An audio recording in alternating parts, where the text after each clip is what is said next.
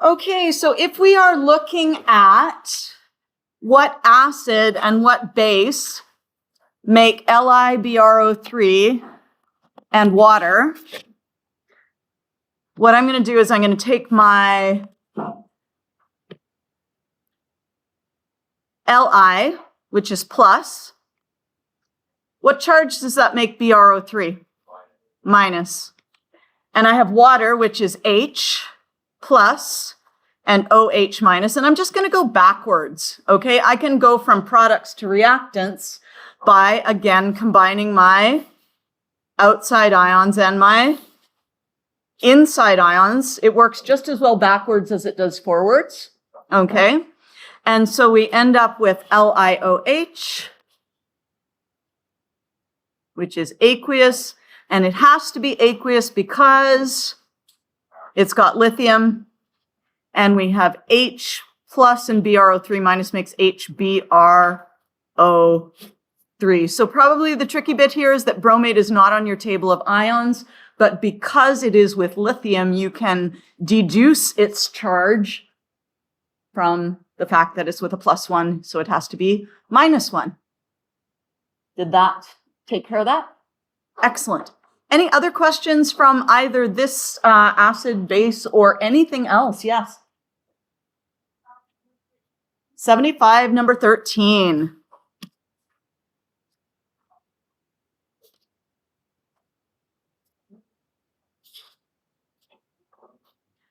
And for some reason, I don't have page 75. So just let me quickly print that.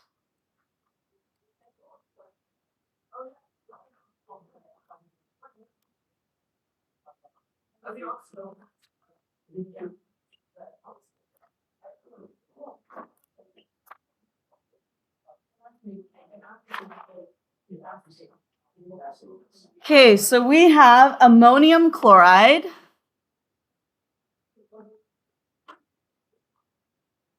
So the ammonium ion is NH4 plus, chloride ion is Cl minus, and oh, I see where the problem probably arose. We have mercury 1, acetate. So mercury 1, remember mercury is a little bit weird. It is the only one that it's the only metal that is liquid at room temperature. And it also, if we look at our table of common polyatomic ions, mercury 1 is Hg2 plus. So what that means is that if I have 2 mercuries together, that gives me a 2 plus charge, which means that each individual mercury has a 1 plus charge. So that's mercury 1, okay, is Hg2, 2 plus. So if we go back here, we have Hg2, 2 plus, and acetate, CH3, COO minus. So my reactants are NH4, Cl, aqueous, plus Hg2, CH3, COO 2. And then we will combine our outside ions, NH4, CH3, COO. Whoops.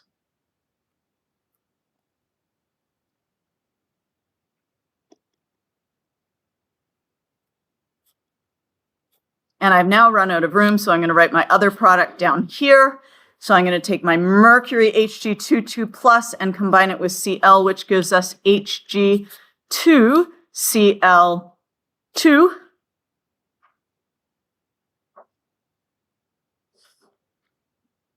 And then to balance that, we will need to have 2 acetates on the right-hand side in the products. And we will need to have 2 ammoniums in the reactants, and that takes care of the 2 Cls as well, so that is balanced.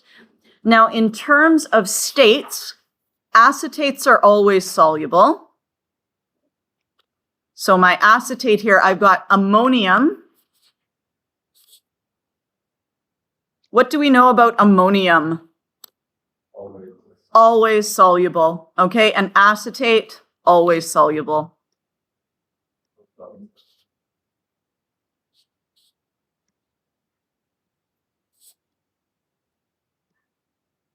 Okay, so that's now going to be NH4C, blah, blah, blah, blah, blah. That's going to be aqueous. And then we need to look at our table to decide, is mercury soluble with chloride? Ooh, come back. So here's chloride. And mercury 1 is here. That's mercury 1, Hg22 plus. And so it is low solubility. So that will be our precipitate and we will get a reaction.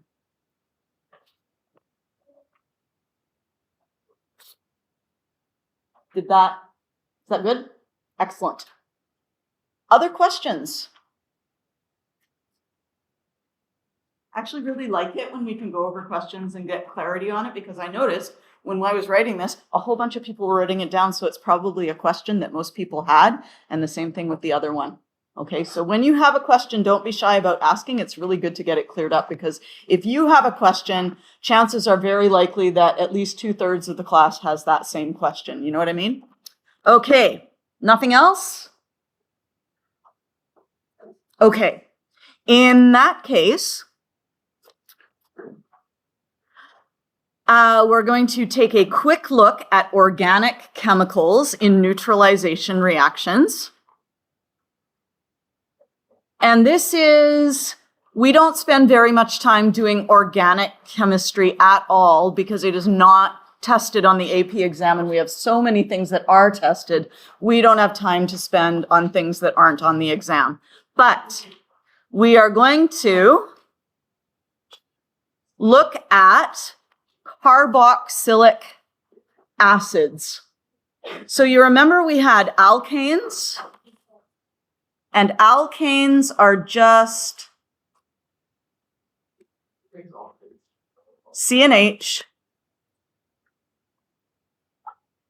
and we have only single bonds.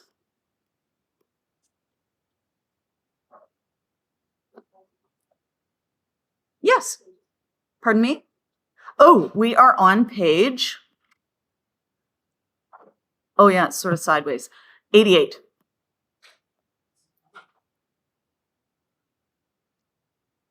I don't know why I skipped, because we probably should do the combustion first, but that's okay. We're going to be on page 88. That's what we're doing. All right, so we have alkanes, which are just C and H with only single bonds. We have, I think we've learned about, what are some other types of organic chemicals we've learned about? Just even a little bit. Alcohols. And alcohols are distinctive because they have a hydroxyl group.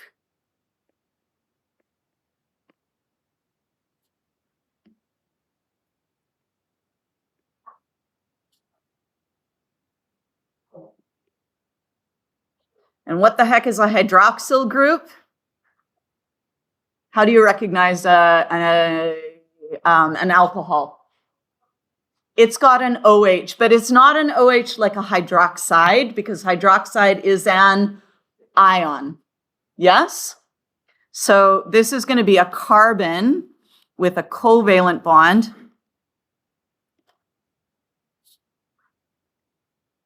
to an OH, and that is hydroxyl.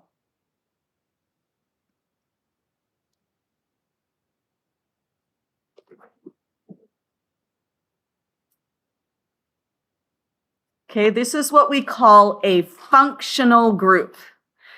And the reason we call it a functional group is because having that OH makes it function in a certain way. It gives that molecule certain properties. So all alcohols will have certain properties in common because they have an O and an H. One of the things that they all have in common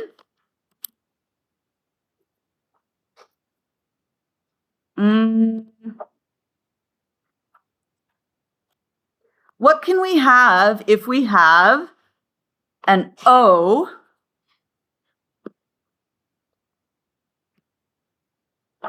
attached to an H?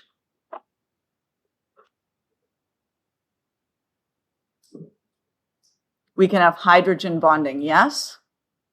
Now, you've probably forgotten about that, but I'm reminding you now, okay?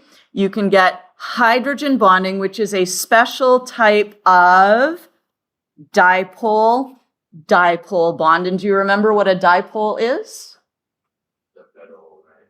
It's where, pardon me? No. It's where the electrons are closer to one end than the other end, okay? So the electrons spend more time at the negative end.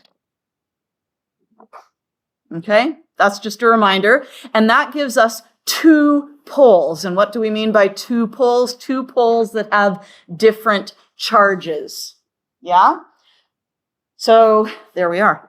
We have our dipole-dipole, and hydrogen bonding is just a special type of dipole-dipole. You can see we have a slightly negative end and a slightly positive end, but it's special because you have to have the positive end has to be a hydrogen, and the negative end has to be a NO or F.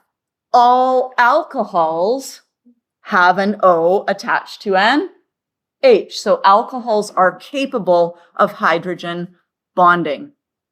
So that's why we call that a functional group, because it means that alcohols can function in a way which allows hydrogen bonding, which lets them dissolve certain solutes that you wouldn't be able to dissolve in something where you don't have hydrogen bonding. Okay? All of that, if you missed all of that, that's okay. Doesn't matter. We're not really there yet. Basically, all I was wanting to say is that the hydroxyl group is a functional group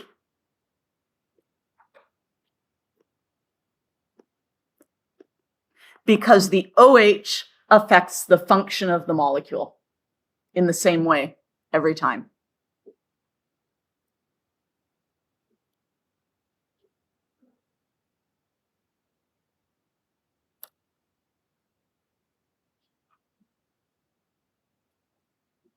You guys good with FN for function?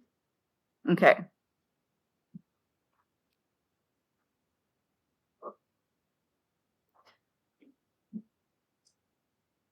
Now we're going to be looking at carboxylic acids, so we're going to have a different functional group.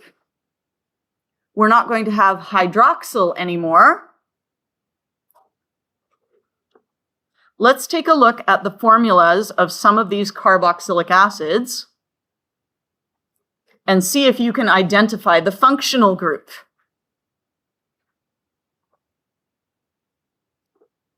So have a chat with your partner and see if you can maybe go and highlight the functional group or put a circle around it or something like that.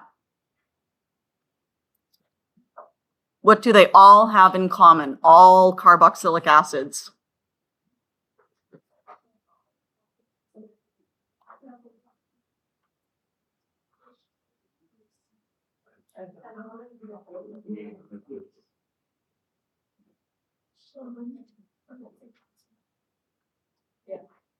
What do all carboxylic acids have in common? COOH. Okay, they all have the COOH on them. And it's always at the end. It has to be at the end because the H has to go on an end. Okay? So the thing to realize about this is that these are acids, and this hydrogen is the acidic hydrogen.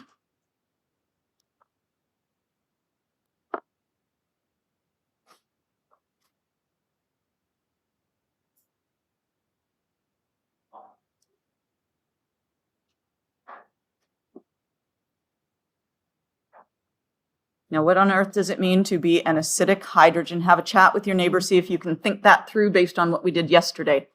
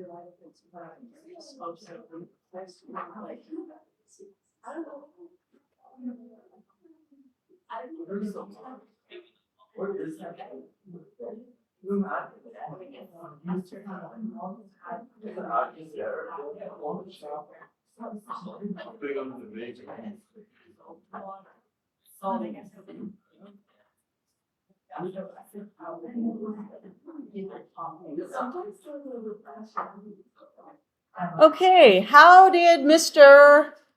Svante Arrhenius define acids?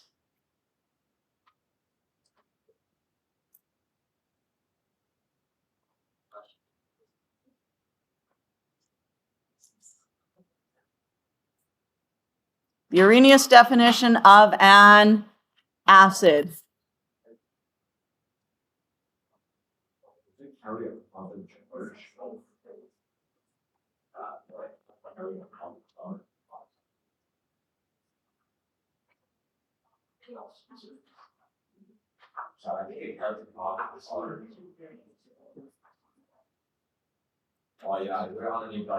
And if you don't remember at all, you can go back to page 76 and take a look.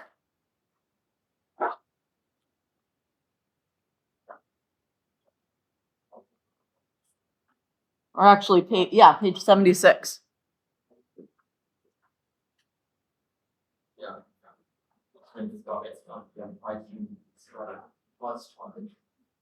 The hydrogen has a plus charge, and what does it do?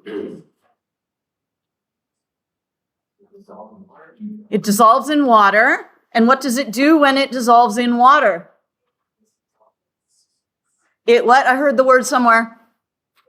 Dissociates. It dissociates to release that hydrogen ion. Yes? So it's a substance that dissociates. Ooh, I did not leave enough room there. To release what?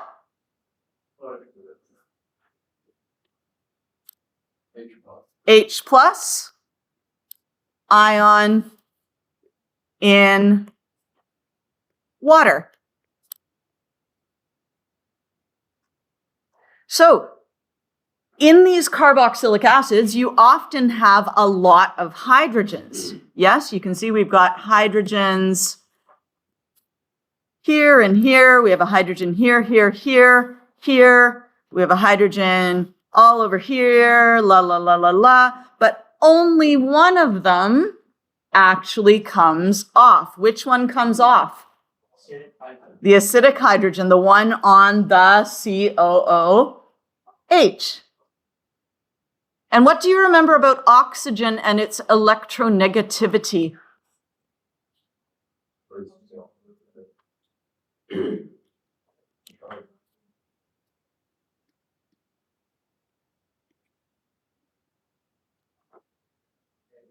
Is it very or not very?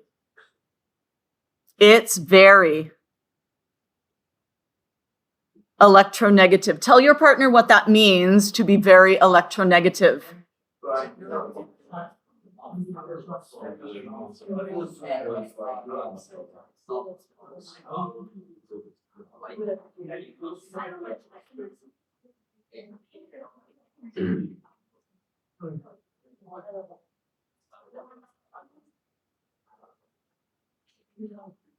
Electronegativity has to do with electrons. What type of electrons?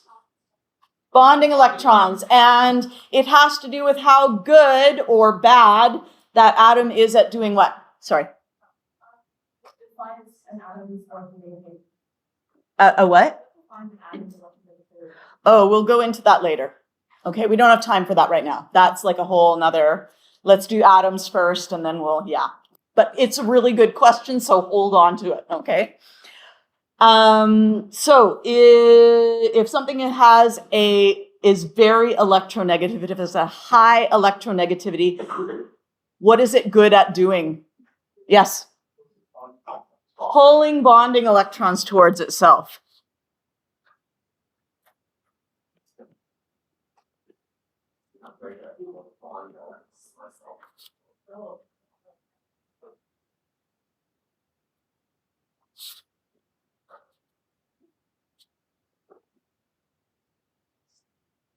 So who is hydrogen bonded to in a carboxylic acid? It's bonded to oxygen. So where do those bonding electrons end up?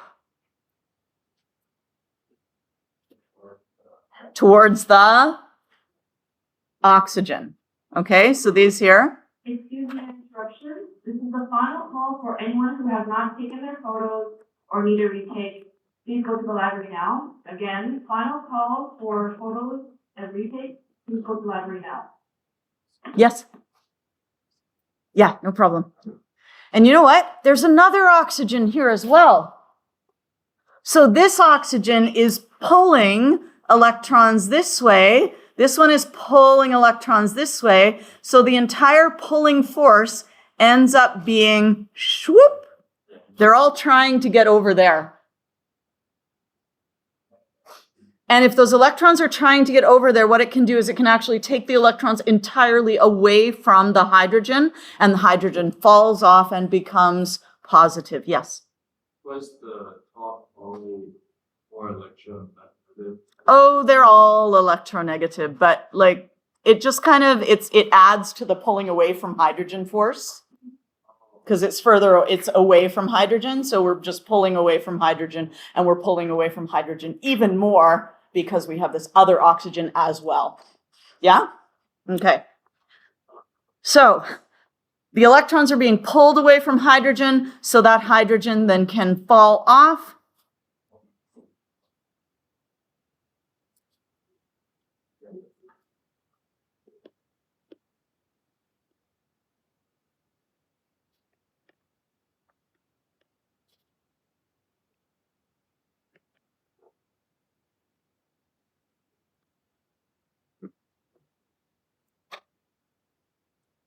And as a result, actually, we're going to need to have something here. So let's do some of the other naming stuff first. Okay, so we have methane, CH4. What would the carboxylic acid name be for methane? The comparable, the one with one, the carboxylic acid with one carbon. Tell your partner. It would be ethane becomes ethanoic acid. Pentane becomes pentanoic acid. So what does methane become? Methanoic acid. Propane becomes, when we have 1, 2, 3 carbons, the prefix for 3 is prop. Remember, me eat peanut butter. MEPB. Yes? Meth, eth, prop, bute. So prop is 3. So what do we call this substance here? The one I just highlighted. What do we call that? That is propanoic acid. See if you can fill in the rest of the names for the carboxylic acids.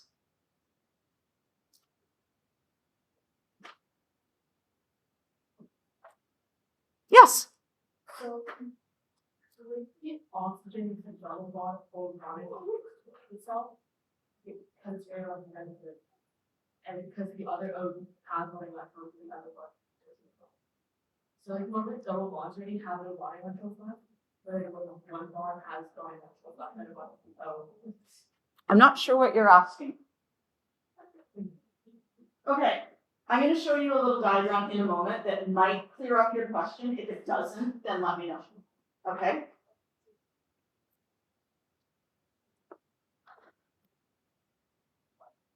Are you guys done? Excellent. So we have, what is the one with 4 carbons? Everybody, what's the one with 4 carbons? Butanoic acid. How about 6 carbons? Hexanoic acid. Now, And now you get to draw them. Woohoo! Okay, so I would like you guys to draw, and you can also write the molecular formula. Excuse the interruption.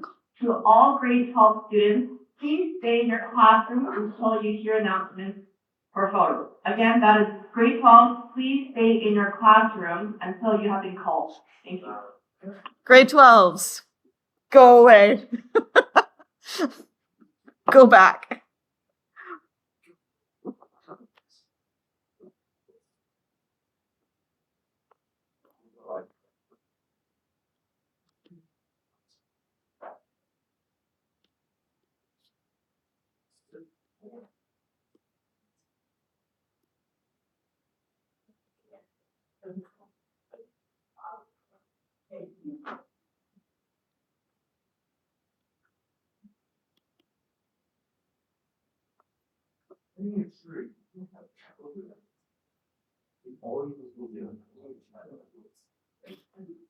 hey man, that's terrible.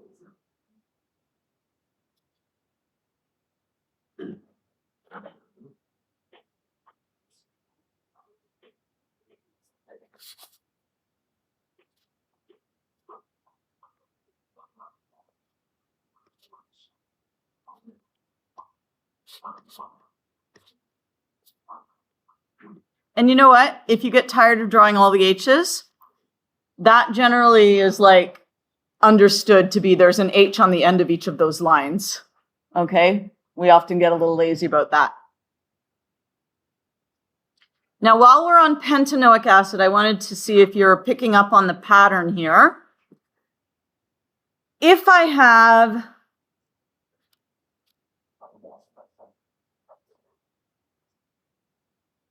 C2, I end up with H5.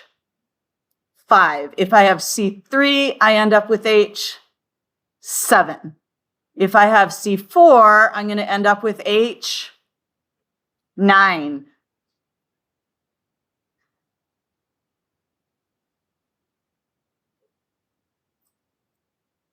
So basically what I do is I double this number and add 1 to figure out what that number is going to be. To be honest with you, I don't know how worthwhile it is for you to learn how to do that. You know what I mean? Like, I don't think you're going to ever have to do that. So even though there is an opportunity in here for you to figure out the formula from the name, I'm not sure that it's worth your while learning how to do that. Yes?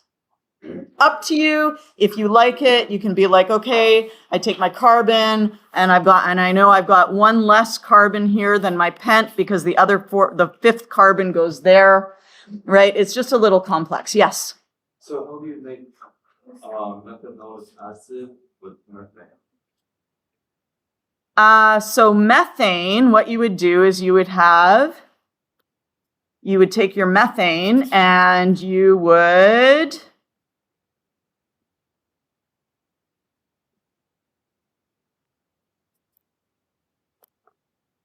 like that. Yeah, but where did my 2H go? Where did what go? The 2H.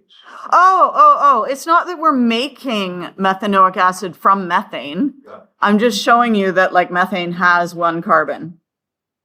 And methanoic acid, which is a totally different chemical, also has one carbon, and therefore they both begin with meth. There's actually, like, there might be a way to go from here to here, but I don't know what it is. So correlations. The correlation is just that they have one carbon, so they share the prefix meth. Yeah? Yeah. Hexanoic acid, you would have C. 1 less than 6 is 5. If I double 5, I get 10, and I add 1, I get H11, COOH. Like I said, I don't know how worthwhile it is. Just whatever.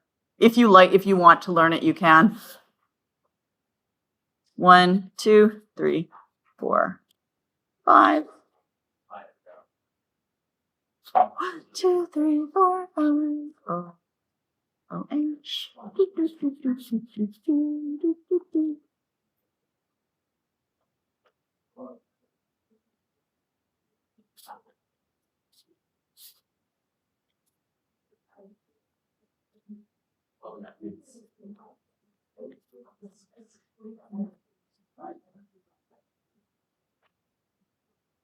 Okay, so we good with that? Questions? Moving on? Okay. So this is just, the name of the carboxylic acid is the same as the alkane, but we place the E with anoic acid.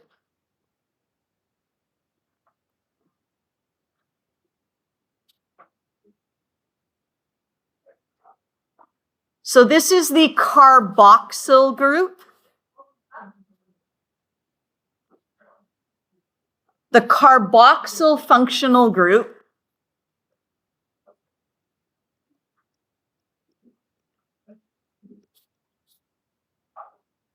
is the hallmark of a carboxylic acid. Yes? Carboxyl. And a carboxyl group is made of a hydroxyl group, just like on a alcohol. Yes, so it's got a component that's like an alcohol, but it's also attached to a C double bond O, and that's called a carbonyl group. So if you take a carbonyl group and a hydroxyl group and you put them together, you get carboxyl. How important is it for you to know that for AP? Not at all. They won't ask you. What's the difference in like the particle, so like alcohols? Carboxylic acids and alcohols. So alcohols are usually not acidic. They usually do not give off a hydrogen. Okay? There are a few, if there's a way for those electrons that are pulled off of the hydrogen to be stabilized within the structure of the molecule, but we'll get into that in grade 12. Okay? So you might see the carboxyl group written as COOH. You might see it written as CO2H. And just so you're aware of this notation, this letter R just stands for, as far as this is how I think of it as being the rest of the molecule.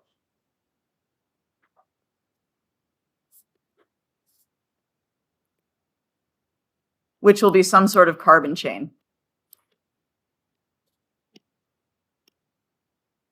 Yes? So we saw a whole bunch of different examples where you had carbon chains of different lengths. All right? Carboxyl groups are found in amino acids. Oh, guess what the acid is in an amino acid?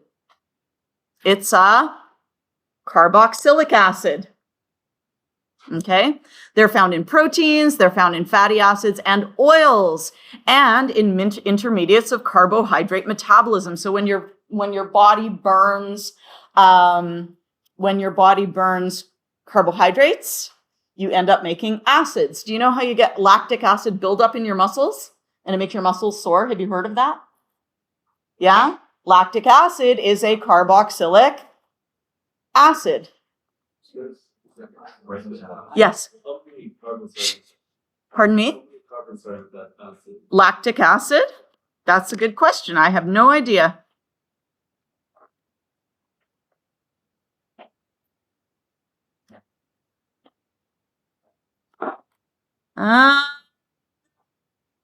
Molecular formula. C3H6O3. So would that be like the COOH one? So let's just take a look. Hang on. Lactic acid structural formula.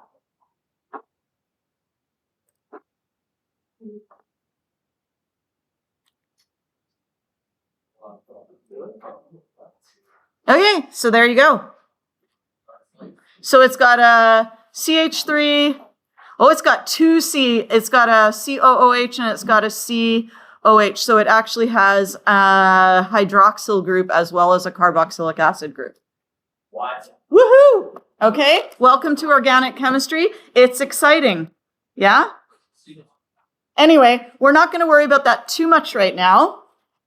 What we should know is that that is the acidic hydrogen. We already talked about that.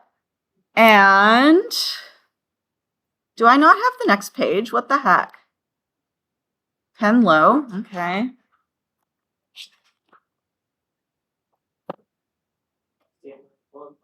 Oh my God. Okay. Well, this is all right.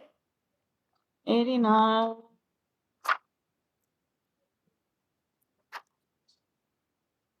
Ugh. Okay. Hang on. You know what? Actually, just we'll come back to this later. I am going to get you guys to go to page 94. Okay. Page 94. Excuse me, correction. And just start working on those. All grade 12 students now come to the outdoor staircase through the gym for photos. Again, that's all grade 12 students even now come outside to the outdoor staircase through the gym for photos. Okay, so just take a look at pages 94, 95, because this is a lot of what your quiz will be like on Monday. And for some reason, I don't have these pages printed properly. Tuesday. Can you guys not like make an implication, right? If I say Monday and Monday is a holiday, you're like, oh my God, it's not Monday. What does Ms. Spence probably mean? Friday. Probably means Tuesday. Okay, we don't have to panic. We don't have to be like, oh my God, she wants us to come into school on Thanksgiving Monday. No, I don't. It's just Tuesday. It's the first day of the week. It's all good. Okay, don't panic. You're good.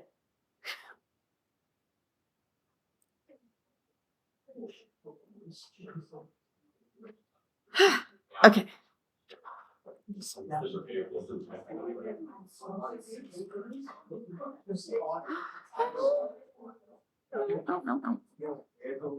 No.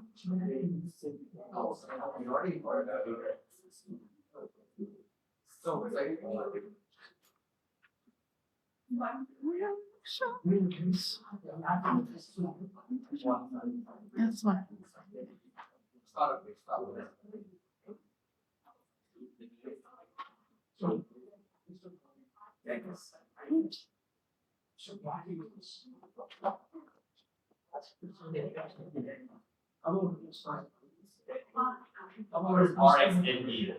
RXN means reaction. You were away last day when I mentioned that. Yeah, I think so.